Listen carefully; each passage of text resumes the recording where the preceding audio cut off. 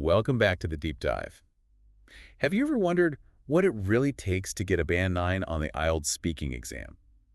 You know, that top score everybody wants? Yeah, we're going to break down a model exam today. We're going to look for those hidden gems that can help you, speak more fluently, Master vocabulary. even tackle those curveball Yeah, questions. those curveball questions that the examiner might throw at you. Exactly. It's like having a secret decoder ring for the exam. Ooh, I like that. We're going to help you avoid common pitfalls and help you speak with that natural flow that native English speakers have. Yeah, because it's one thing to have all the right words, but it's another to put it all together in a way that is going to impress the examiner. Right. And to sound natural. So, okay, let's dive right in. The exam starts with part 1, where you answer questions about everyday topics, right? That's right. Yeah. It seems simple enough, but I've heard that fluency is super important here.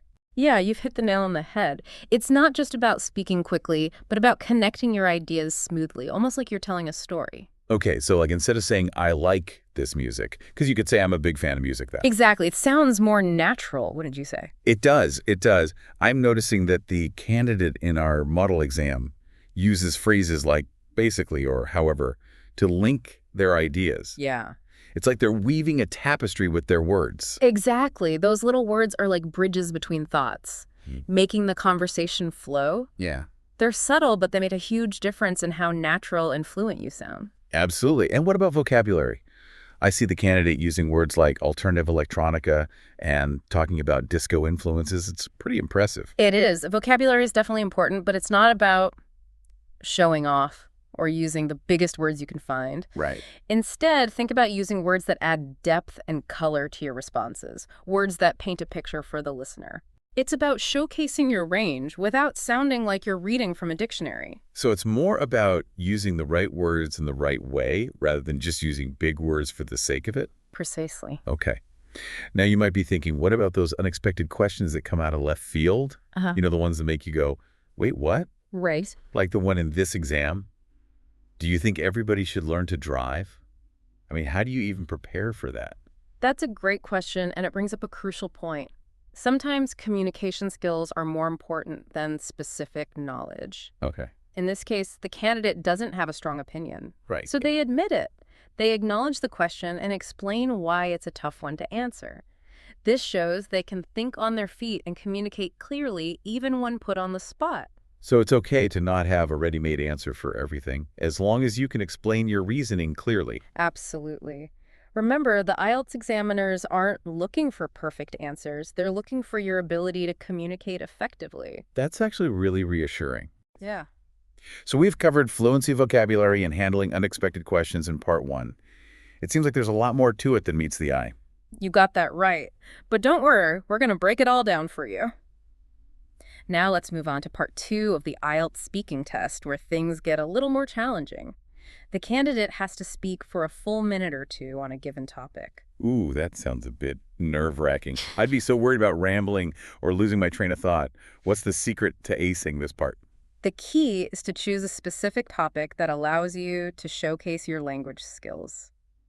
Our candidate in this model exam chose to talk about learning to drive a manual transmission car That sounds specific. Why would that be a good choice? because it opens the door to using specialized vocabulary and going into detail. Okay. Suddenly you're talking about the clutch stalling and maybe even honking at other drivers, Yeah. all very specific to the experience of driving a stick shift. I see. So it's about picking a topic that gives you the chance to use richer language naturally without forcing it. It's not just about memorizing a bunch of fancy words and trying to fit them in wherever you can. Exactly. And it allows you to tell a story which can make your response more engaging and memorable for the examiner. I'm starting to see how all of these pieces fit together.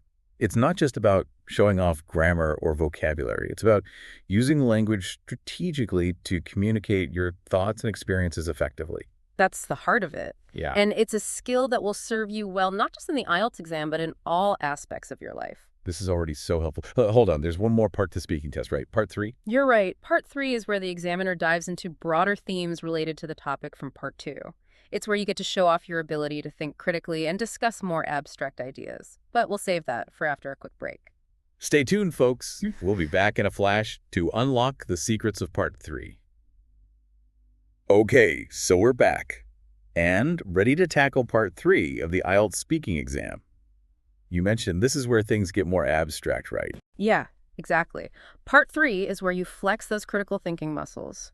Show the examiner you can handle broader discussions. So if we think about the example we've been looking at, if part 2 is about learning to drive a manual car, what kinds of questions could come up in this part 3? Well, the examiner might ask about the role of cars in society, or the impact of technology on transportation, Okay. maybe even the environmental implications of driving. So it's like taking that initial topic and like zooming out to consider its wider implications. Yeah, that's a great analogy.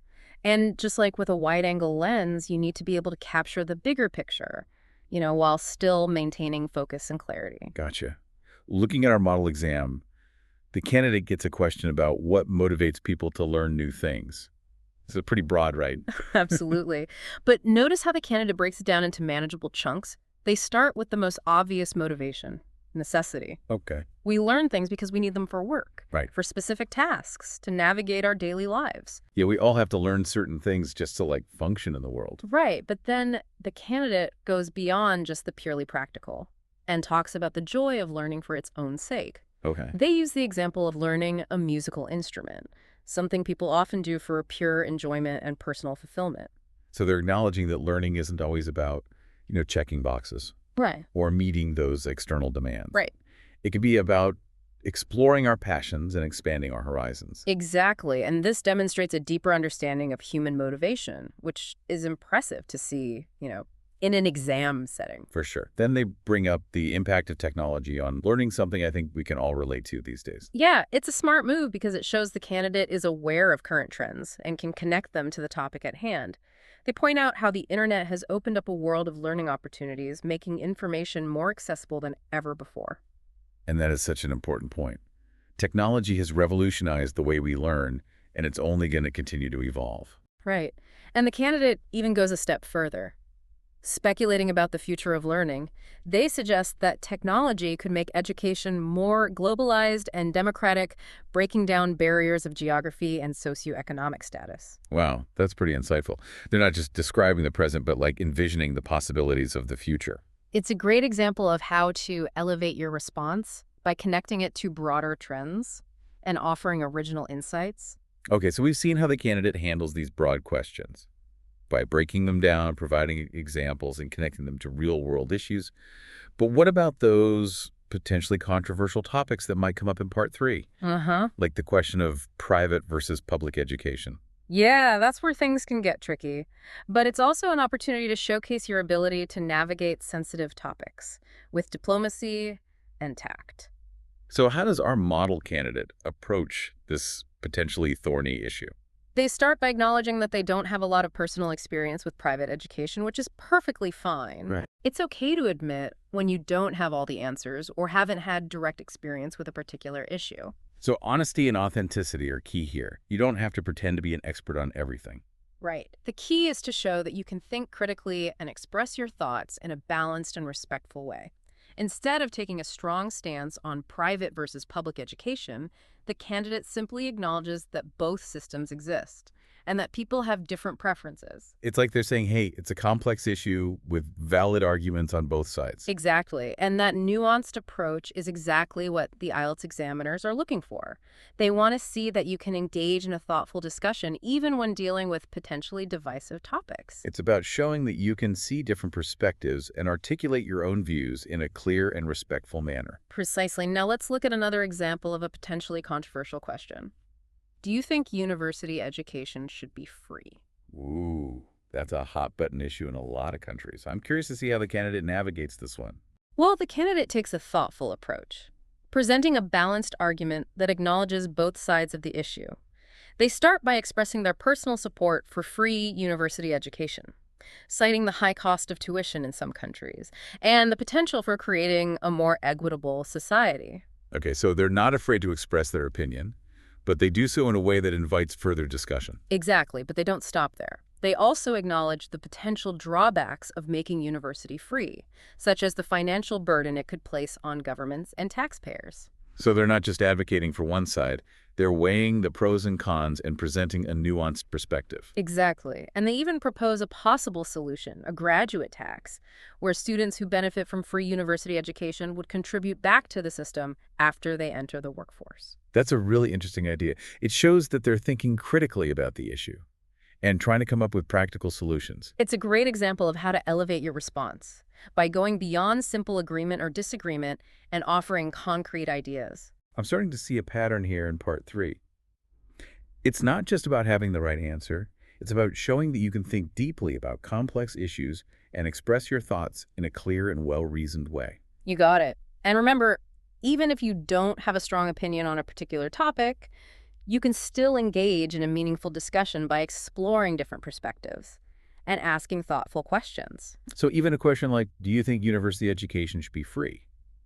It doesn't have to be a minefield. It can be an opportunity to show off your critical thinking skills and your ability to engage in a nuanced discussion. Exactly. And that's what sets high-scoring candidates apart. They don't just answer questions, they elevate the conversation. Yeah. They show that they're not just learners of English, but thinkers and communicators who can engage with the world around them. It's inspiring to see how someone can take a seemingly simple exam and turn it into a platform for showcasing their intellect and their ability to engage with complex ideas. It really is, and it reminds us that language is more than just words and grammar. It's a tool for connecting, understanding, and expressing ourselves in a world that's increasingly interconnected and diverse. That's a beautiful way to put it. But before we get too philosophical, there's one more aspect of part 3 that we need to address. You're right, we've talked about content and critical thinking, but we haven't touched on the importance of those seemingly small details that can make a big difference in your fluency and overall performance. Yeah, those little things that can make or break your fluency. Like, what are we missing? Well, think about how we talk in everyday conversations. We don't always have the perfect word or phrase at the tip of our tongues, do we? Definitely not. I'm like the queen of, Yeah. but those are bad habits, right? Not necessarily. You know, of course, you don't want to overuse fillers, but they can actually serve a purpose in a conversation. Really? How so? Well, think of it this way. When you use a filler like, or, let me see, you're giving yourself a moment to gather your thoughts without interrupting the flow of the conversation. Yeah. It's like a little pause. That signals to the listener that you're still engaged and thinking. So it's kind of like taking a breath before you continue speaking. Exactly. And it's something that native speakers do naturally. So if you can incorporate fillers strategically into your speech, it can make you sound more fluent and natural, even if you're not 100% sure what you're going to say next. Yeah, it's like those little imperfections actually make you sound more human. Yeah. And relatable. Precisely. And it's not just about fillers. Think about the way we use phrases to connect our ideas, like to tie this all together. Or going back to what I said earlier. Yeah. These are like signposts that help the listener follow our train of thought. It's like creating a roadmap for the conversation. I've never thought about it that way, but it makes so much sense. Yeah, and just like a roadmap helps you navigate a new city. These linking phrases help the listener navigate your ideas. They show that you're not just throwing out random thoughts, you're building a coherent argument or narrative. So using these phrases strategically can actually make you sound more organized and thoughtful, even if you're feeling a bit flustered on the inside. Exactly. It's like having a secret weapon that can boost your fluency and make you sound more confident, even when you're facing a challenging question. This is all starting to click for me. It's not just about memorizing vocabulary and grammar rules. It's about understanding how to use language effectively, to communicate your thoughts and ideas in a way that's going to engage the listener. That's the essence of it. And remember, the IELTS examiners aren't robots. They're looking for genuine communication, for someone who can express themselves clearly and confidently in a variety of situations. So be yourself. Let your personality shine through. Don't be afraid to show a little bit of your human side, even if that means using a few ums and ahs along the way. Well said. And remember, even though we've been dissecting a model exam today, the skills we've been talking about are transferable to any situation where you need to communicate effectively in English. So whether you're taking the IELTS, giving a presentation at work, or just chatting with friends, these tips can help you become a more confident and engaging speaker. Exactly. And that's the ultimate goal of language learning, isn't it? To connect with others, to share our ideas, and to make our voices heard. Absolutely. Well, I think we've covered a lot of ground today. We've gone from dissecting the nitty-gritty details of a model IELTS exam to exploring the broader aspects of what it means to be a truly fluent and effective communicator. It's been a fascinating journey. I hope our listeners have found it insightful and inspiring. Me too. I know I'm going to approach my next conversation in English with a whole new level of awareness and confidence. That's what we like to hear. Remember, fluency is a journey, not a destination. Keep practicing, keep exploring, and keep pushing yourself to become the best communicator you can be. And on that note, we'd like to thank you for joining us on the deep dive. Until next time, keep those conversations flowing.